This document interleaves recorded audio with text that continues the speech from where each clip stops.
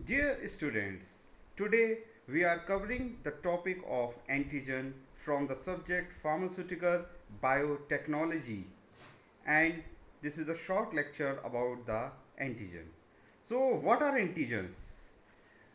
Can if if you can see the slide, then antigen can be defined as a structure or the substance which can induce the specific immune response. It stimulates the production of antibody in the body. To understand this concept, we can take the example of this coronavirus. This coronavirus is a type of antigen because when it gets introduced into the body through the various means, through the droplets or through the air or through the any by touching the infected hands to your mouth, then it can create the immune response inside the body. The immune system will get activated and the antibodies can be prepared against this virus. So the coronavirus is an antigen. We can say that in simple terms. The antigen can be of the two types, exogenous type and endogenous type. Exogenous type is the antigen which is outside the human body and from outside, from the external source, and endogenous are those which are from the body. Because one thing is very important, sometimes our cells can also become antigenic in nature and can cause the problem of the autoimmunity or autoimmune diseases.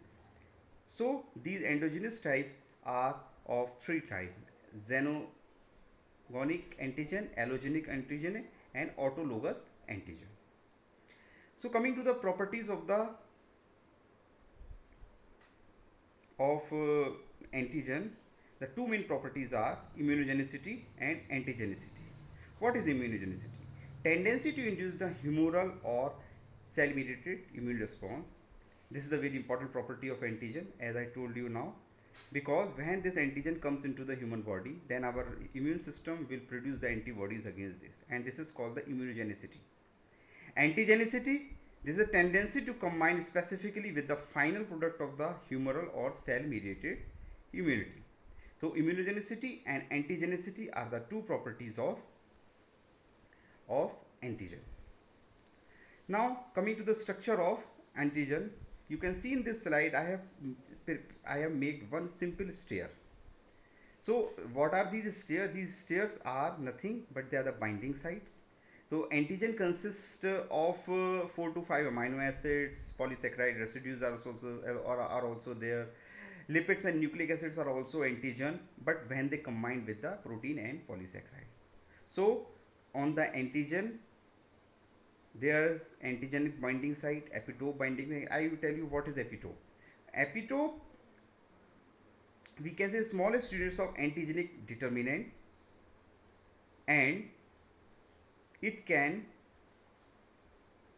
cause the various changes in the structure of the antigen when it is introduced into the human body. There is one word is also the hapten. The word was coined by the K. Landsteiner. These are the small molecules, but they are not antigenic in nature. But when these small molecules get combined with the carrier molecules, then they start to show the properties of the antigen. Suppose, for you can take the example of penicillin. So when it combined with the several, penicillin in itself is not an antigen, but when it combined with the different type of the proteins, it become immunogenic and activate the lymphocytes. Coronavirus as antigen.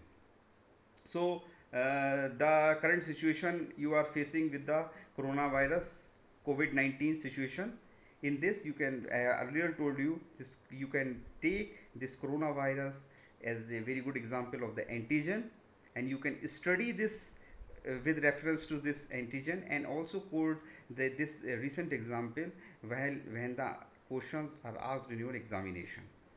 So this is the latest update, and you can see when this coronavirus is coming into our body is producing the antibodies. You have heard about the plasma therapy, and this plasma therapy comes from the concept of the antibodies. So antibodies are those which are binding to the antigen and protect and cause the death of the antigen. This is most important. So this is a very short lecture, and it's a part of your unit first and second topic. Now we in the next lecture we will cover the third topic. Thank you.